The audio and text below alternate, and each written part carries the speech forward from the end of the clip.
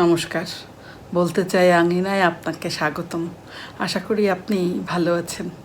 যেহেতু আমি বলতে চাই তাই আমি বলছি, আপনিও তেমন শুনতে চাইলেই শুনবেন। প্রসঙ্গে আসি। আমাদের জীবনটা যেন এক অন্তহীন দৌড়। একটা বড় চাকরি, অনেক বড় একটা বাড়ি, একটা নতুন মডেলের ফোন এবং অন্যের চেয়ে একটু বেশি সাফল্য, এই আরও চাই এর পেছনে ছুটতে ছুটতে আমরা ভুলেই যাই আমাদের কী আছে। আমরা প্রায়ই অভিযোগ করি, আমার এটা নেই, ওটা নেই। এই যে অভিযোগ, এই অভিযোগগুলো আমাদের ভুলিয়ে দেয় আমাদের জীবনে কত কী আছে এবং তা কত সুন্দর। আজ আমি এমন এক জাদুর কথা বলবো যেটা পেতে টাকা খরচ করার প্রয়োজন নেই, কিন্তু এই জাদুর ছোঁয়ায় আমাদের জীবনটা এবং আমাদের জীবনের দুশ্চিন্তা, হতাশা এবং অতৃপ্তি অনেকাংশেই কমে যাবে। আর তা হলো কৃতজ্ঞতা। কৃতজ্ঞতা আসলে কি? এই কৃতজ্ঞতা মানে হচ্ছে শুধুমাত্র মুখে ধন্যবাদ বলা নয়। এটা হচ্ছে আমাদের জীবনে যা কিছু আছে সেগুলোর জন্যে মন থেকে একটা শুকরিয়া আদায় করা, মন থেকে একটা শুকরিয়ার দৃষ্টিভঙ্গি। এটা হচ্ছে একটা অনুভূতি এবং আমাদের একটা নিজস্ব দৃষ্টিভঙ্গি। হতে পারে সেটা ঘুম থেকে সুস্থভাবে জেগে ওঠার জন্য কৃতজ্ঞতা, হতে পারে মাথার উপরে এই যে আমাদের ছাদ আছে সেটার জন্য কৃতজ্ঞতা, হতে পারে দুপুরের খাবার প্লেটে খাবার আছে তার জন্যে কৃতজ্ঞতা, হতে পারে বন্ধুর একটা ফোন কল, আবার হতে পারে হাতে এক কাপ গরম চা, এর জন্যেও কৃতজ্ঞ থাকা যায়। এই যে আমাদের যে আমাদের সমস্যাটা হলো আমাদের মস্তিষ্ক সবসময় নেতিবাচক যে দিকগুলো আছে সেগুলোকে বড় করে দেখে। সারাদিনের 10টা ভালো ঘটনা না দেখে একটা খারাপ ঘটনা মনে প্রভাব ফেলে বেশি। এ কারণে আমরা অশান্তিতে থাকি, আমাদের মনটা খারাপ থাকে। আর এই কৃতজ্ঞতা এটা ঠিক উল্টো কাজ করে।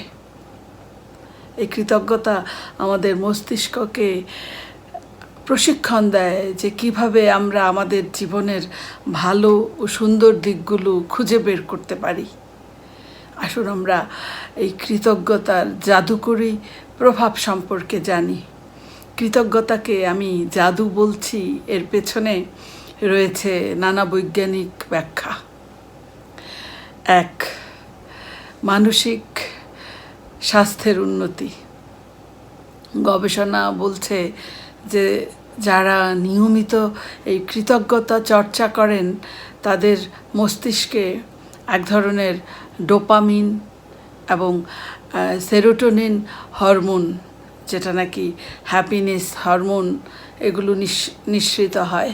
ফলে মানুষের সবসময় মনে এক ধরনের আনন্দ বজায় থাকে এবং মানুষের মন শান্ত থাকে। 2, শারীরিক স্বাস্থ্যের উন্নতি। অবাক হচ্ছেন? হ্যাঁ, যারা কৃতজ্ঞ থাকেন তাদের অন্যদের তুলনায় তাদের ভালো ঘুম হয় এবং রোগ প্রতিরোধ ক্ষমতা অনেকটা বেড়ে যায়, এমনকি রক্তচাপও নিয়ন্ত্রণে থাকে।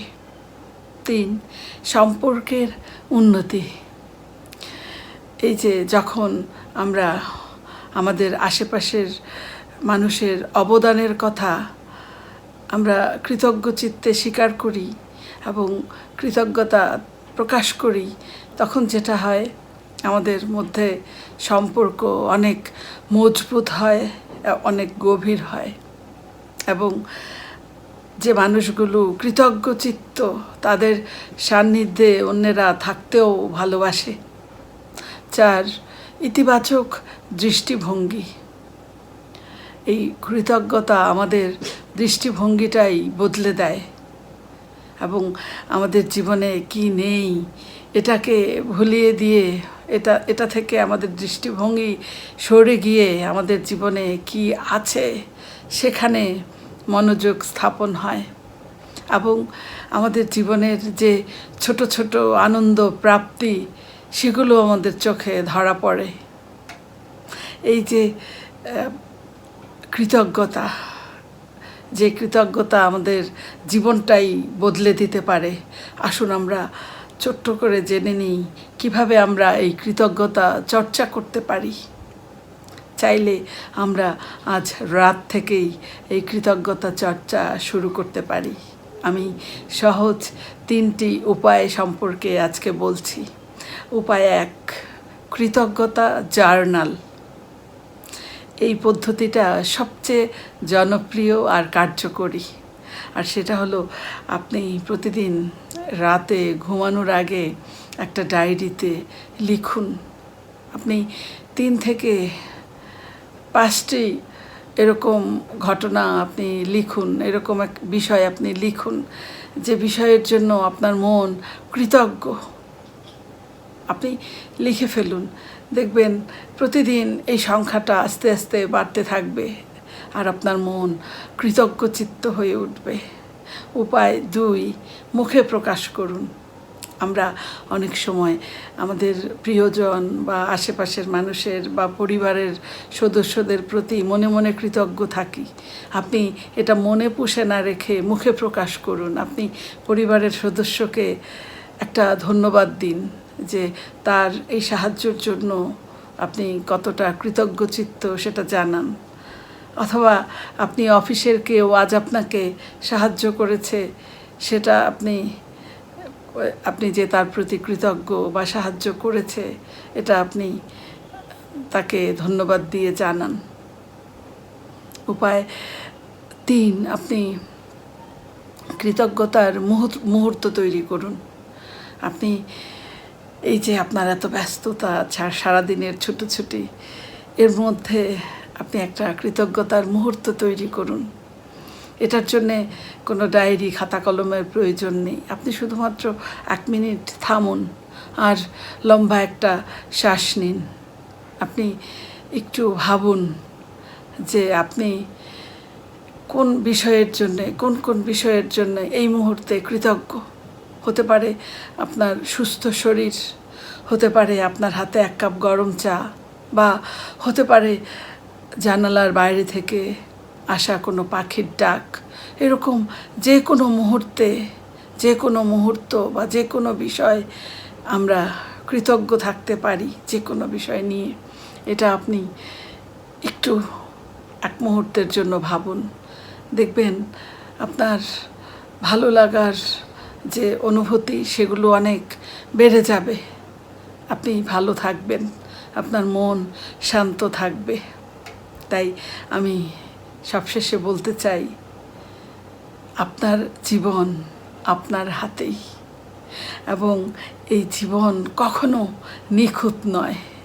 সমস্যা আমাদের জীবনে থাকবেই, কিন্তু এই যে কৃতজ্ঞতা চর্চা, এই চর্চা আমাদের এই সমস্যা মোকাবেলায় মানসিক শক্তি যোগায়।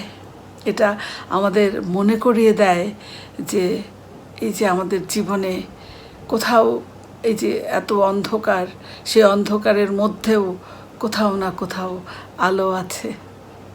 তাই আসুন আমরা আজ থেকেই এই কৃতজ্ঞতা চর্চা শুরু করি।